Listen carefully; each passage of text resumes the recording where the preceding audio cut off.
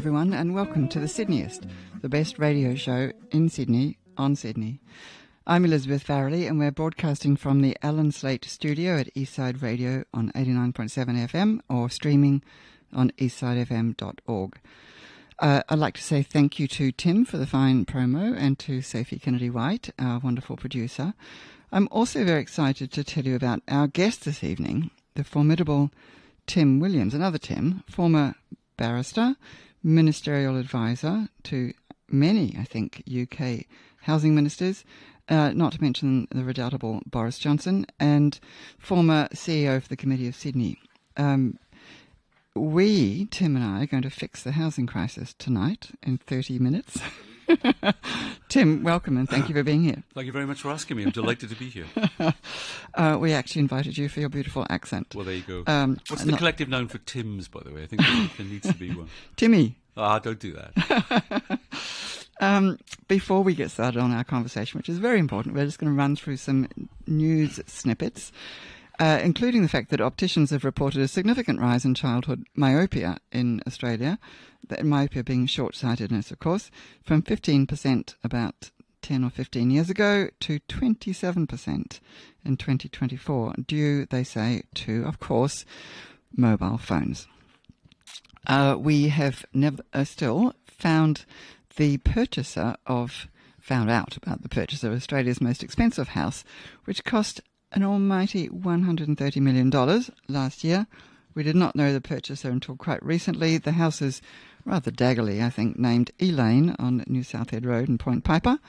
And the purchaser was Patrick Shee, who bought the house from Atlassian co-founder Scott Farquhar and his wife, Kim Jackson, who bought it in 2017 for $71 million. That's $60 million windfall in 6 years.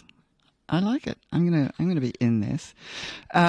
Also, speaking of empire, this Sunday is naturally Invasion Day, and we have the wonderful Yabun Festival in Victoria Park, run by, at least supported by the City Council. A festival, as they say, 65,000 years in the making.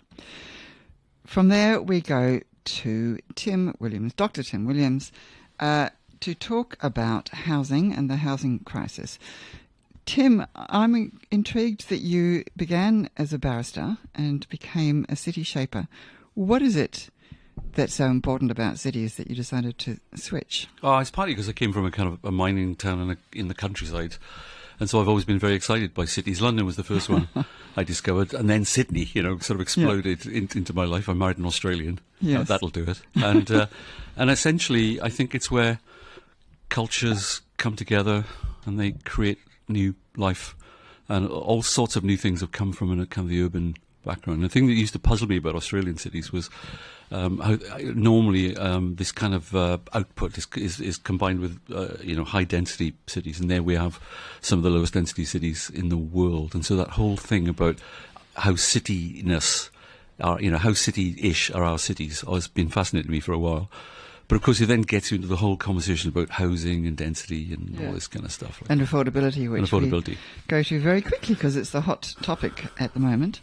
I want to play you and play our wonderful listeners a bit of an excerpt from one of the men who's being thrown out of the Selwyn Street boarding houses in Paddington, which is very much a local issue, but also a kind of signal issue for housing affordability at the moment, where 30 people are being tipped out on the 1st of February out from a boarding house that they've lived in for, in some cases, 50 years. So, John Patmore is our guest. Hello. You're John, I believe. Yeah. We do a little talk show about local issues. Right. To some extent, it's called the Sydneyist. Yeah, well, we're an issue. You are an issue. Yes, indeed we are. A real issue. There's about 30 of us involved, and we're at the mercy of a vicious developer. Yes. Not that they've done anything physically to us, but they've told us that we all have to be out by the 1st of February. And I believe that their policy is profit before people and bugger the consequences. It's kind of how Sydney goes at the moment, isn't it? Yes. And unfortunately, there's not many alternatives out there for us to select from. So what will you do? Do you know?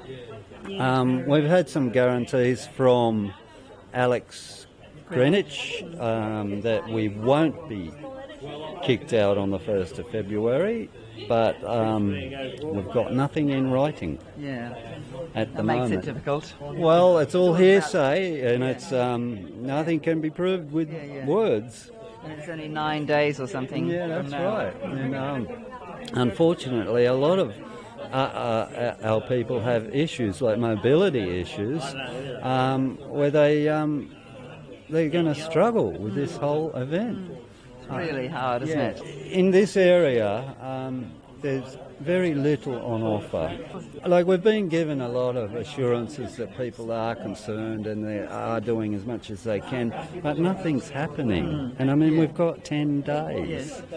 Like you see in the news and things like that, how many homeless people there are out there. And I mean, some people are worse off than us, and they're all in crisis. Yes. And so are we. Well, this will be a crisis too very soon, won't it? There'll be 30 people on the street because it's extremely difficult to find suitable housing. Does John Patmore, a former postie, in fact, in Sydney, who's lived in the Selwyn Street boarding houses for some decades, talking about what's going to happen to them. So, Tim, you grew up in public housing, I believe, in Wales. Is housing a right? I think shelter's a right. I'm going to say something positive first, because I think we're going to get some difficult stuff. But positively, I think the New South Wales government get a kind of A for effort on some of this stuff at the moment. You know, Rose Jackson is getting some new money into homelessness and all that kind of stuff. So I think that's good. I think the problem is a decades-old problem in many cities, particularly in the Anglosphere, where we gave up on doing public housing. I mean, just to give you a number, in the UK between 1950 and 1975, almost half of all total housing in the UK, 200,000 homes a year, was public housing, right? Wow. And that means half of that's huge, right? So like 2 million homes were built. And in Australia, you know, it peaked at around 15% of all homes at one point in the 1960s. So we've collapsed from that point in Australia to about 3 to 4%, right? So for me, the biggest lesson that all governments, and it's kind of interesting that even the centre-left governments have been scared about the idea that they need to get back into public housing at scale. And I mean, out of the next 100 homes we built, 10, 15, 20 for the next 10 years need to be public housing. Yes, the public housing is actually disgraceful as a percentage. We have, it's 4%. 3 to 4%, yeah. 14% in France, and they're still pouring billions of dollars into it in France, especially Paris. 34% in the Netherlands. But at the heart of it, you see, Elizabeth, is a failure to understand that the private sector can't do everything in housing, right? We have this exaggerated respect for the private sector. It's a nonsense, isn't it? They've never, even at the best of times, been able to provide, wait for it, not just all the socially necessary housing, but all the necessary housing, i.e., even for people who want to get into ownership, they haven't been able to produce enough. They then blame the public sector, which, as you know, I regard as displacement activity. You know, it's like the bad craftsman blames his tools, right? We have this idea that the developer somehow protects the public interest in housing and will provide. Say that phrase out loud again. I've never heard such a thing. I mean, it's not their fault. By the way, there's no demonisation in this. You know, people do what they do, right? Of course. So the business model of housing developers, this is not fully understood, right? It's not, and everybody thinks it's like producing bananas. Yeah. They really do. So essentially, if I produce loads of bananas, the price can drop and I'll still make a profit. That's not the housing business model. The housing business model is they have to make 22% return on every brick that they sell, as it were. Otherwise, they won't produce. So we're looking in the wrong direction for them to be the source of so-called affordable housing. So they're never going to drop the price of housing? Because of course not. No. I mean, we've just had the federal minister just say that, honestly, Claire O'Neill, in answer to the question, what are you trying to do? Well, she said young people think we're trying to bring the price of housing down. We're not.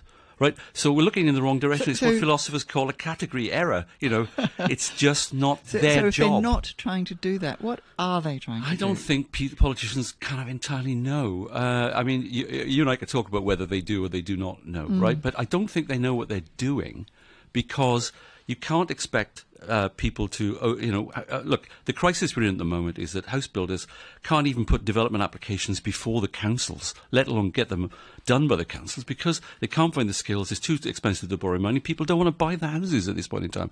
So we've got an international crisis. And they're trying to make 22% profit. And they have to make 22% return. So they can't So build we a could brick. reduce the price of housing overnight by 22% if we spent public money. Yeah, I think so. I think also we need to take some housing out of the market. It's just a delusion that all the housing that we need can be supplied by the market. That's almost an unfair burden to put on the private sector. It's just not real. What is real is we always had to have either philanthropy or the public sector fill about 20% of the gap. And by taking that away, we've added to our problems. We've got to bring it back. I mean, it's something, and it's funny, you'd expect the centre-right government to say, oh, well, we're not going to do that. But the centre-left internationally has kind of failed on its obligation in this one because it's worried about the money. It's what it wants to spend on other things, right? I blame Margaret Thatcher for that. There's a huge responsibility. But Blair kind of carried it on. We didn't restore. Yes, that's right. Public Labour housing. took it on board. We didn't restore it, right? So for me, this is not a left-wing argument. This is essentially a real-world argument. The private sector cannot solve Australia's housing problems, and they're intense. So we now need to do... Public sector needs to get its skates on and do different things. There's loads of public land. It can build housing for about half the cost of what the private sector has to do. It can borrow its own money. It can borrow its own money. It's ridiculous, and it's a phony problem. It's about political will. It really is about will. And it's about getting out of your ghetto. The private sector has not the capacity. Look at it. It's struggling to build. I mean, the numbers are interesting, right? 75,000 development applications in Sydney have not been progressed. 75,000. That's like 2 years, 3 years supply. And yet still somehow developers masquerade as these great saviours of the human race, as though if they can just build more and get more rules removed and more so-called green tape lifted, they'll be able to save us all. Yeah, but I don't understand. There's a dishonesty at the heart of this discussion, right?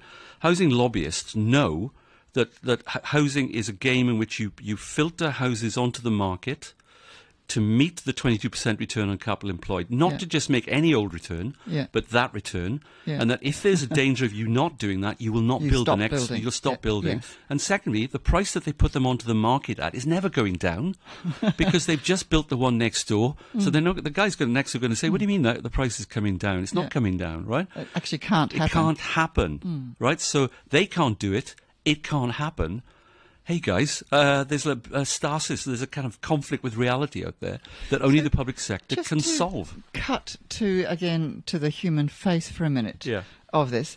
The Herald, you might have seen it, ran the other day, yesterday I think, a piece called A City with No Future, which is all about 30-somethings are leaving Sydney at an alarming rate. And indeed, my own children and grandchildren have recently moved to Ballarat because it's just too hard and too expensive to bring up children in Sydney, even in suburban Sydney, much less any of the bits that they would have perhaps chosen to be in. But how do we address that? This is a generation that's going to have to deal with climate change, impossible to buy houses almost anywhere, and they've all got huge HECS fees to deal with. How are we going to approach this? I think part of it is, believe it or not, change begins in the head. So I literally we just have to change our mindset about this thing, right? I mean, we have to understand what's been going on. We've been piling up debt on the next generation, and we've been making capital gains in this generation. 22% of Australians own 50% of housing. We've got a system which has created rentiers, landlords exploiting renters. And are you surprised when the renters, first-time buyers, can't afford because I own 2 houses, I can outbid you? So that system has to be dismantled. I mean, one thing we have to do is dismantle it, right? I mean, i.e., that we've got too many incentives for becoming an investor in housing. It's the casino capitalism side of the discussion. It's nonsense, right? We've been deliberately, as an act of policy, promoting landlordship in Australia. I mean, it's a zero-sum game. It's a huge percentage of landlordism. 22% of people own several houses, right? That's twice the rate in the UK, right? Investors in the Australian economy and housing are twice the rate of the UK and in most other Anglosphere countries. And we've over-incentivised it. We've over-incentivised it. Yes. Right, so that's number one. So we're all engaged in this sort of intergenerational So we've got to divert, in my view, a long term, it's going to take 20 years, divert the overinvestment which we've encouraged through negative gearing into capital gains into innovative economy stuff, and at the same time build more public housing. And by the way, not just for rent. I'm actually a big believer that we can do, and there's lots of international examples of shared equity where you can buy to rent to buy, and we forget that everything's Singapore, great great capitalist success. Not true in 80% housing. public housing. In housing, yeah, but you get a right to buy it. Yes. So everybody's got a right to shelter. They can buy their home, and there's no trading of houses quite like the mad extent we've got over here. That's a very good point for us to have a break. I want to come back to that question of cultural change because that's really interesting. First, we'll just have a short music break.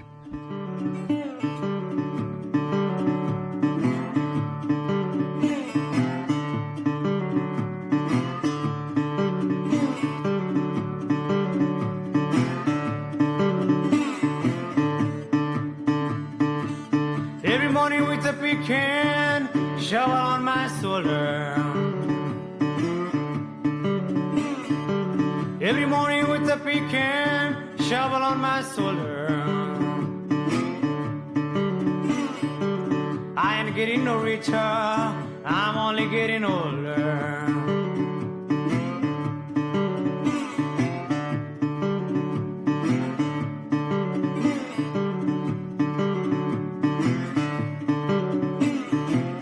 If I had a lot of money, Lord, folks would always treat me right. That wonderful sound is Prakash Slim, who is a Nepalese blues singer. You may never have heard a Nepalese blues singer before.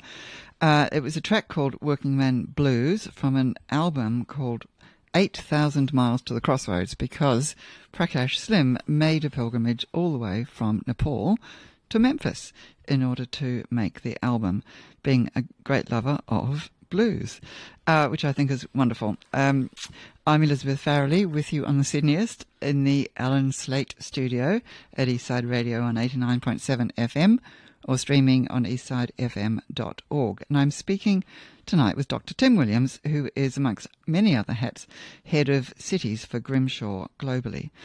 So, Tim, I'm fascinated. In Spain, in Barcelona, we've had housing protests in the streets. People not quite rioting perhaps, but certainly thousands of people protesting about unaffordable housing. In some cases they blame tourism, excessive tourism, and Airbnb and short-term rentals and all of the rest of that. But it's a huge cultural issue, isn't it? This idea that our dwellings are there to be exploited by all of us commercially. That's Thatcher's property owning democracy in many ways. Yes. That we're now suffering. So what can we do? So I think I said it starts with a kind of mindset that we, and to understand, point one, the housing crisis is not a housing crisis. It's a financial inequality crisis, and that's been the origin of it. And we've been encouraging deliberately financial inequality through property. That's basically what we've been doing, right? So we've got to stop doing that over time. Politically, we have to be honest with people that it's a zero-sum game. Right? We can house everybody, but not everybody. If you want to make a profit as a landlord, they have to be renters. Right? So there's a whole thing around ownership and the rental discussion. I think the second thing is the honesty about what's happening. We have these discussions as though people choose to be renters. Well, they may or they may not. I'm not against any of this. But the wealth inequality element in that cannot be forgotten, right? So, rental people will not be as wealthy as ownership people. Is that what you want, right? So that's the big discussion. I think the second thing is about the tools that we have. And I've argued we've given up, we've forgotten that we're supposed to provide 10 or 15% of all housing as public housing outside the market. Private sector can't do that for you. There's not enough philanthropy to do it. Off the market, do it. Right? So start thinking about, we've got public land, we can do all this kind of stuff. On the bigger question, there has been an international, there's such a parochial discussion about, I have this joke I do on LinkedIn. I may be the only joker on LinkedIn about this stuff, actually. Every now and again I point out that Germany's got a housing crisis, and I end by saying I blame the New South Wales planning system, right?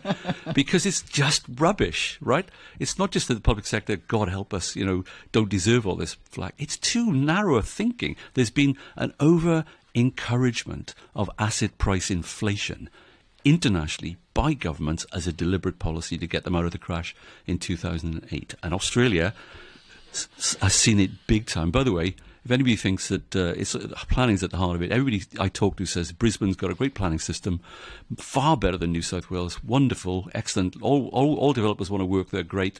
Build whatever you like. But prices have gone up 65% since Exactly. 2020. Yes. Right? So it's all nonsense. Yes. So the point one, stop giving us the crap, right? Stop lying in public. It's just lying about this nonsense, right? Intellectually, the housing lobbyists know that this is nonsense. It fascinates me that all academics know that this is nonsense. Completely. And all politicians pretend that it's true. It's the dialogue of the deaf that I've been talking about. They also, by the way, ignore the British social housing reality, which is that in London, for the planning system since 1999, every time you build 100 homes, at least 40 of them will be sub-market in some form or other. How do they do it? And instead of, this is the question we should ask. Not, oh God, we can't afford that, but how do they do it? And the answer is they're told before they buy the land that it's going to be this obligation. And so it's built into the cost of the land. It's built into the cost of the land purchase. So anybody that says to you it's an on-cost, right, is just lying to you. Right? So our governments are just spineless. Well, I think that they got used to the comfortable existence, right, of not having to challenge people about some of these things. It's all up. It's all not upside. having to provide any leadership. It's all upside. Yes. Well, I take your point, but I mean, I do think that it's now a moment of reality is hitting. And I'll give you. Yes, so I heard a politician said, and I won't name them.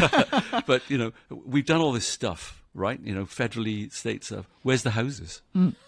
Right. There's been a lot of talk. Nothing's happened. But more than talk, the government has been bending over backwards to create the value that the private sector thinks that it, or says that it needs from planning. When do you think it'll dawn on them that they might be doing the wrong thing? Now.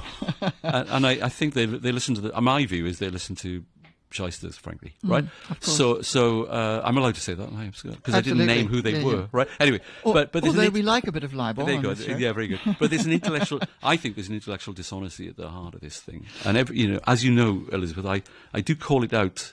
You do. And by the way, yes. I always get developers telling me that I'm telling the truth. I never get criticised by developers because they know that the model I'm talking about is true. Yes. It's lobbyists for some reason, and it's politicians who I think are believing the fantasy island version of housing economics, So I want to come back to the inequality question, the wealth inequality. I have this astonishing figure, to me astonishing, between 1950 and 1960. This is from the Australia Institute. 96% of our economic growth went to the bottom 90% of the Australians. Yeah. Between 2009 and 2019, 93% of the wealth increase over that decade went to the top 10%. Yeah. So it's completely flipped around. Yeah, no, I think this is the bigger question, yes. right? So and housing inequality and access to housing wealth has been a big part of that shift of wealth towards. And the thing is, I not objective, but I think it's the top. It's like the 30% of society. We sometimes get distracted. The evil 1%. Ooh, boo! I agree.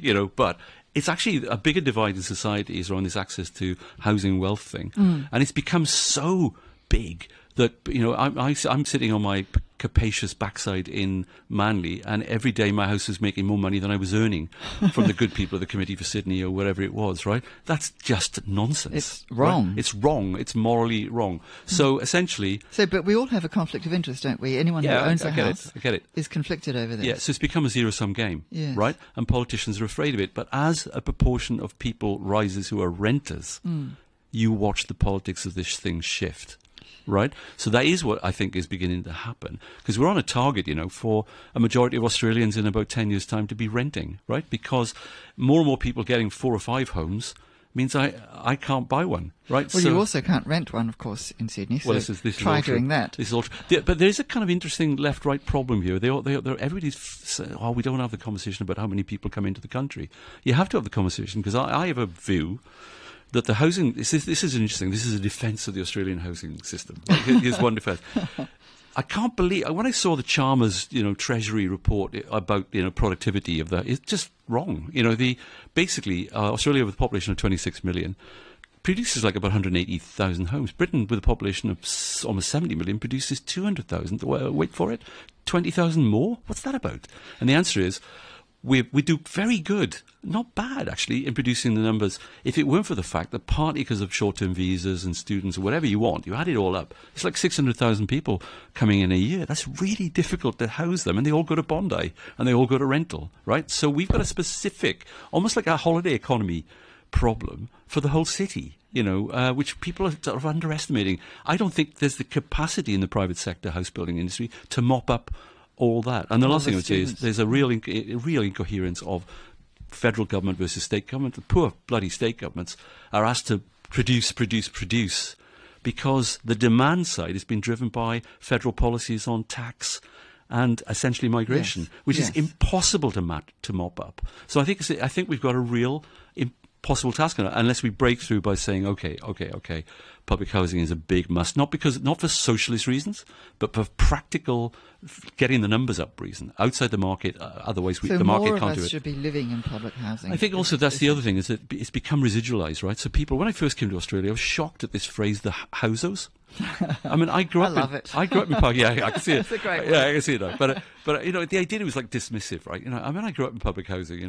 Have I been damaged by the experience? No, I don't think so. And but everybody was in public housing, and it was like general needs housing. That's a respect thing. We need to get away from the idea that government provided homes are about failure in life. Right? Well, there's this idea that government provided anything is about failure. That's all true. I can't solve that problem, but I can have a go at this one. So the culture of speculation that I think we've had actually ever since, certainly since the GFC, but way back since MacArthur grabbed a bit of Captain Phillips' main street of Sydney and said, "I'll be having this, thank you very much." We've had this culture of the unearned increment, which is about you buy something, you sit on it, you sell it again, you make a lot of money.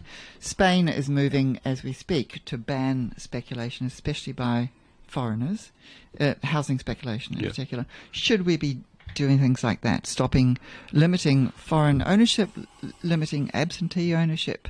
I see no reason why we shouldn't reduce foreign investment in housing, because I never understood. It's again twice the rate of many other Anglosphere countries, and we need to look at that. I also think, but my own thing is a positive thing, which is to try and incentivize and divert the taxation stuff that now currently goes into over-financing housing, like negative gearing, can be diverted into more innovative sectors of the economy. So I'm for incentives, wouldn't it? I'm for incentives, but divert them to something that's a bit more economic. You know that we've got the simplest economy, in the world for a developed country, because we lack variety in our economy. Because it's all about our houses. It's all about our houses and our resources, right? That's it, yeah. Right? So if one goes down. Right, so it's very Australia unresilient. could become creative. We have to. What about that? Wouldn't that be fun? That's an amazing idea. I like that idea. Yeah. Lucky and creative. I have heard people say that ending negative gearing would have a very small effect on the price of houses. One expert said only minus 4.3%. But I think that it must surely have a flow-on effect in dampening the speculative culture. It's a long-term consequence, I think. The idea that it would all kind of collapse tomorrow is not going to happen, right? Yes. But we need to go on a different path for the next 20 years. And I know politicians say, it's like 7 electoral cycles. Well, so be it, right? But we need Why would they care? Because I know, but we need a national consensus. We're not having still the proper national conversation about housing wealth as well as housing. We're not having that conversation. So, tell me, say you become Prime Minister tomorrow. Do you have 3 things that you would do straight away? Number one, I'd use the National Cabinet thing to get all the housing ministers together. Say we're going to use public land. You've got loads of public land. Number 2, find it all and build on it. Number 2, the feds are going to lend you money at cheap rates to do this thing, because we've got loads of, and we print our cash. It's a nonsense of an art. Of course, we got the money, right? Yes. And then I think the third thing is the national conversation about not just say we don't want to put all the money into housing wealth, but we want to put it into something else that gives us a new economic return to the country. Like green industries, like and green creative industries, industries and music industries, and amazing ideas. Wouldn't that be good? Yeah. We've come just about to the end of our time. So what would you say, that's what you would say as Prime Minister, what would you say to the people of Australia if you needed, this is hearts and minds stuff, isn't it? What do we need to shift in the way that we think, just in about 20 seconds? If you've ever wondered why your own children are getting married at 30 and having one child at 35, it's linked to this problem. Yeah. And so we've changed the whole of society accidentally. And if you want grandchildren, we need to think like that. You have to think differently about your house value. Yeah. I like it. That's it, folks. That's a wrap. Thank you so much to Dr. Tim Williams for fixing the housing crisis for us. In just a moment, we are about to hand over to Yone on the Vinyl Frontier. Thank you to everybody for listening. See you next week. Thank you.